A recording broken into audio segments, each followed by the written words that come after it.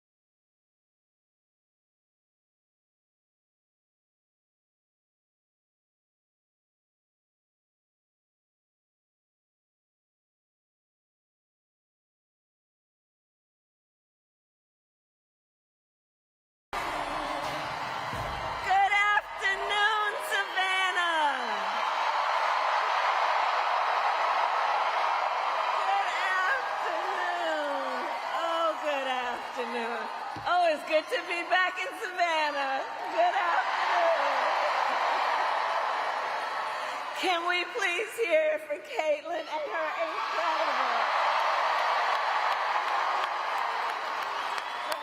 incredible leadership. Look, when I look out at our young leaders like Caitlin, I know our future is so bright. It is so bright. I want to thank Mayor Johnson. Thank you for yours. There you are. We've been hanging out for the last 2 days. Mayor, I thank you so very much for your leadership. Thank you.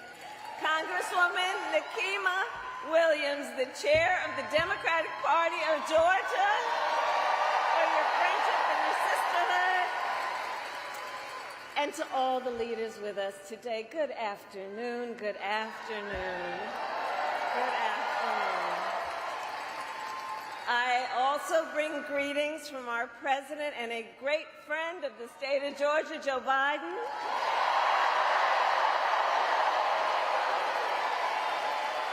And let us also send our love to the great president from the state of Georgia, Jimmy Carter.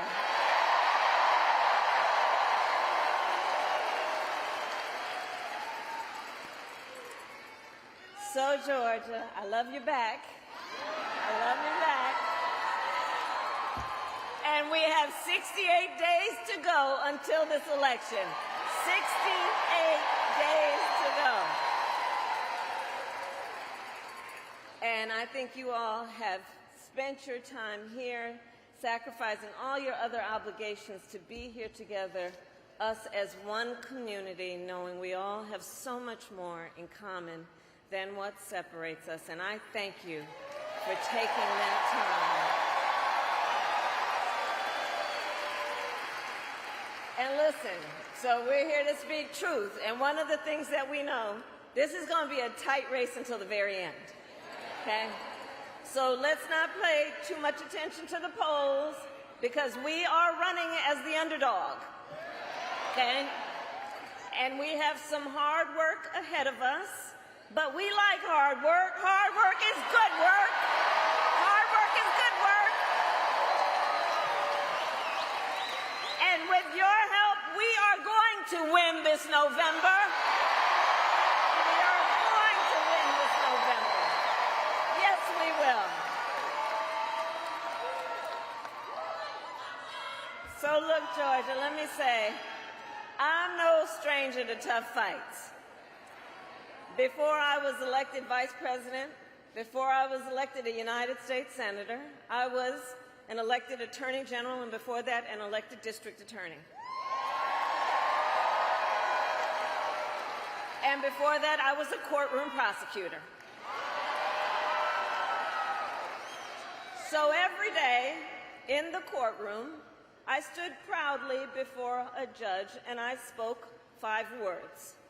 Kamala Harris for the people.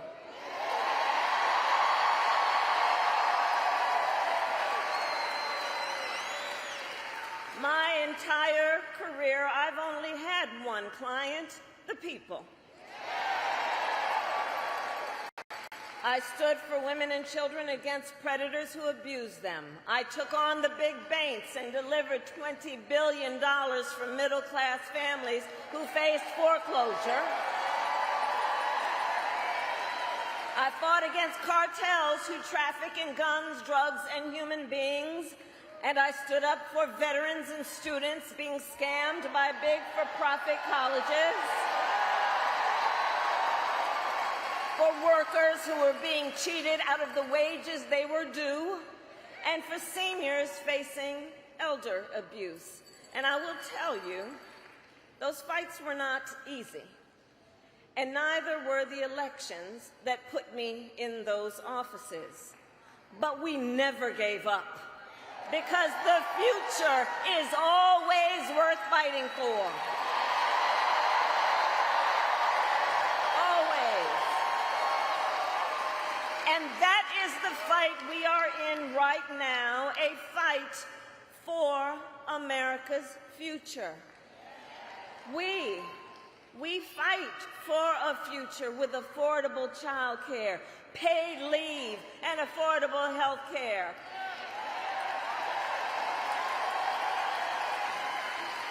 And on that last subject, let's finally expand Medicaid in Georgia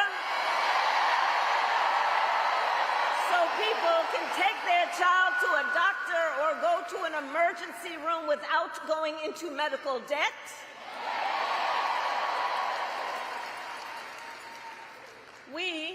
We fight for a future where we build what I call an opportunity economy, so that every American has the opportunity to own a home, to start a business, and to build wealth and intergenerational wealth.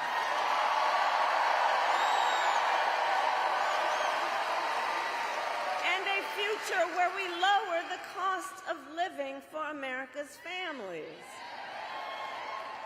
So when I was Attorney General, I went after price-fixing schemes. And love you back, love you back.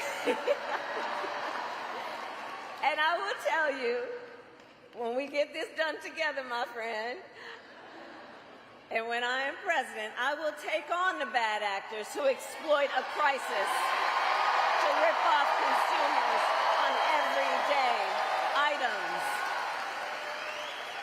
Who rip off consumers on everyday items like groceries. I will take on Big Pharma and cap the cost of prescription drugs and insulin for all Americans. I will take on the high cost of housing and work with developers to cut the red tape and build millions of new homes. And I will give 100 million Americans a tax cut, including $6,000 to families during the first year of their child's life, understanding folks just need a little help from time to time, and it's not about just getting by, it's about getting ahead. $6,000 in the first year of a child's life to help pay for that car seat or the crib or the baby clothes.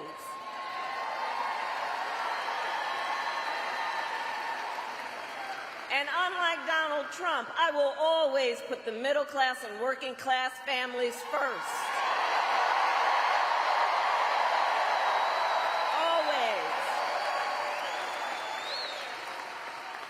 I come from the middle class. I know what I'm talking about.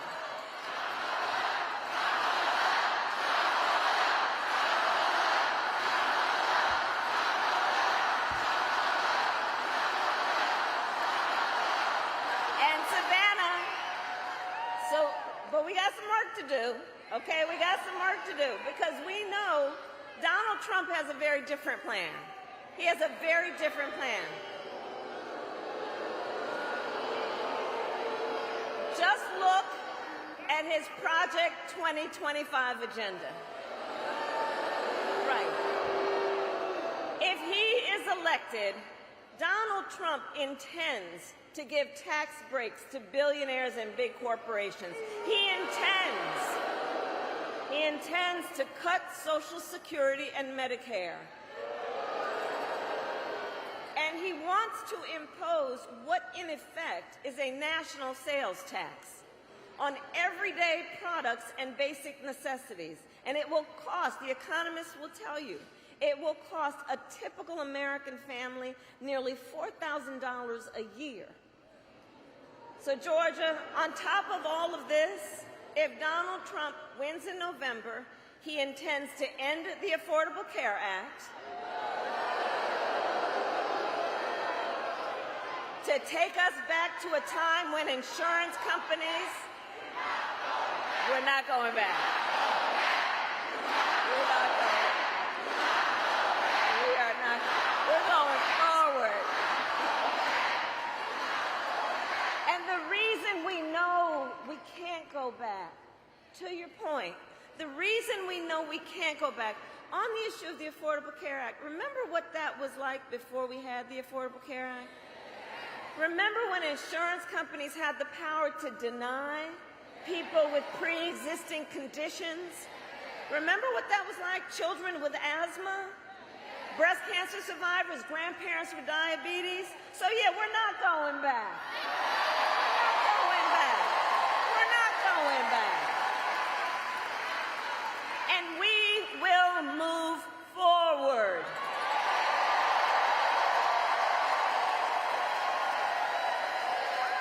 Ours is a fight for the future.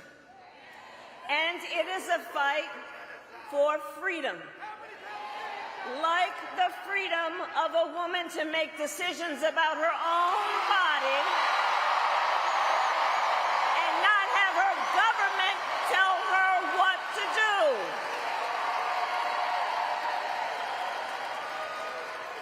And understand how we got here.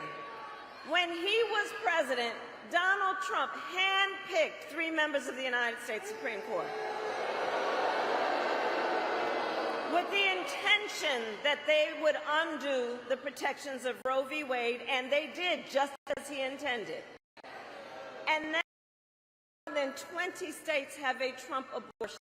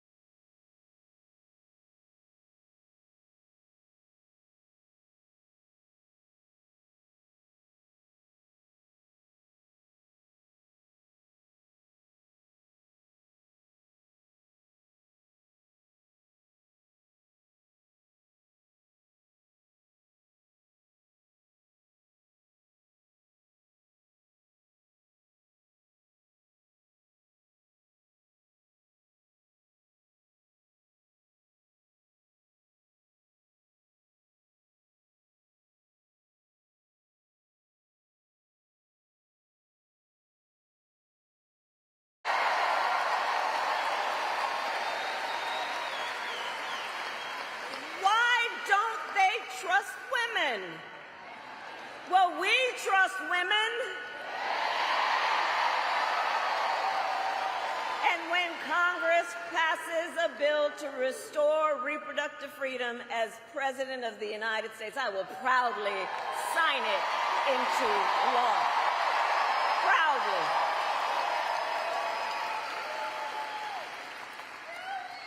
And across our nation, in addition to that, we are witnessing a full-on assault on other hard-fought, hard-won fundamental freedoms and rights.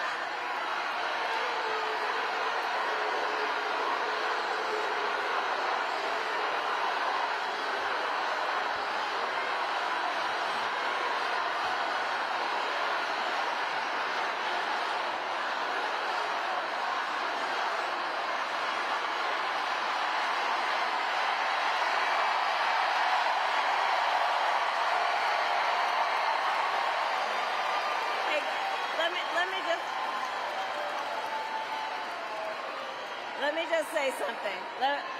Hold up for a second. Hold up for a second. Let me just say something. Let me just say something.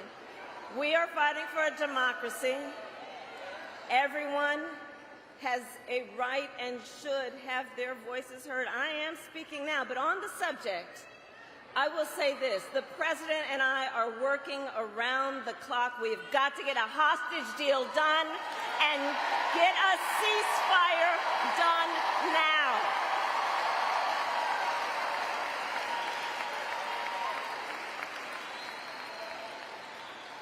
So back to this election and Donald Trump.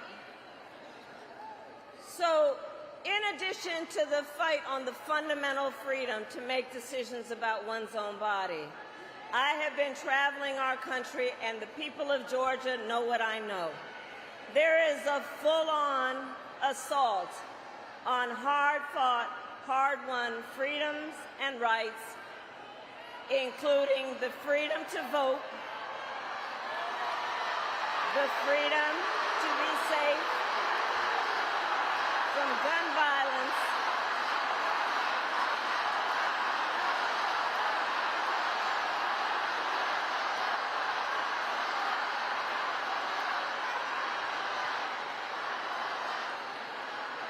and an attack on the freedom to love who you love openly and with pride. And we will fight against all of that, including the freedom to live free from the pollution that fuels the climate crisis. Here's the thing. Generations of Americans before us led the fight for freedom. Now, Savannah, the baton is in our hands.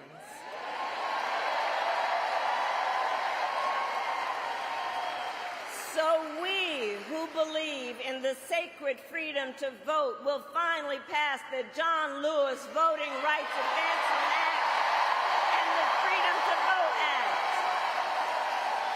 We who believe in the freedom to live safe from gun violence will finally pass universal background checks and red flag laws.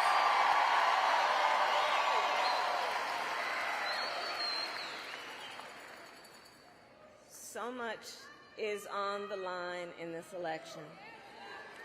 So much is on the line. And understand, this is not 2016 or 2020. Things are different. A lot is the same when we think about the issues, and then there is significant differences. The stakes in 2024 are even higher, because consider that the United States Supreme Court recently just basically told the former president that going forward he will be effectively immune no matter what he does in the White House. Now just imagine, well, the courts are going to take care of that. We're going to get them out of, we're going to elect ourselves and everybody here in November.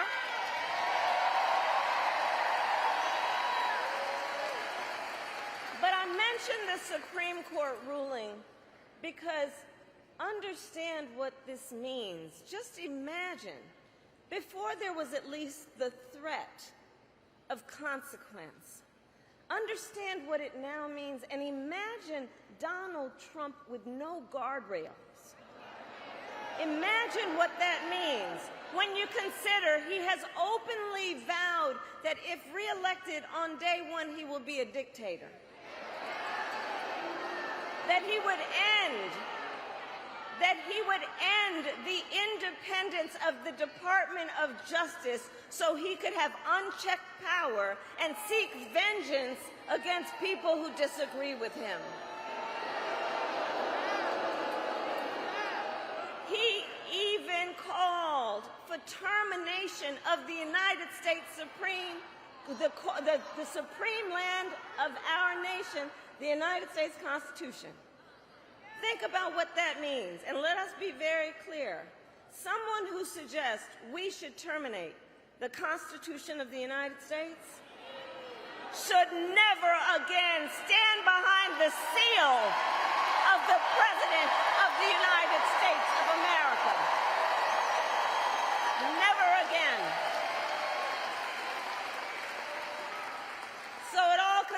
to this. We are all here together, spending this time together because we love our country. We love our country. We love our country. And we know the privilege and pride that comes with being American. And I do believe it is the highest form of patriotism to fight for the ideals of our country. That is how we realize the promise of America. Georgia, for the past 2 election cycles, voters in this very state, you who are here, have delivered. You sent 2 extraordinary senators to Washington, D.C.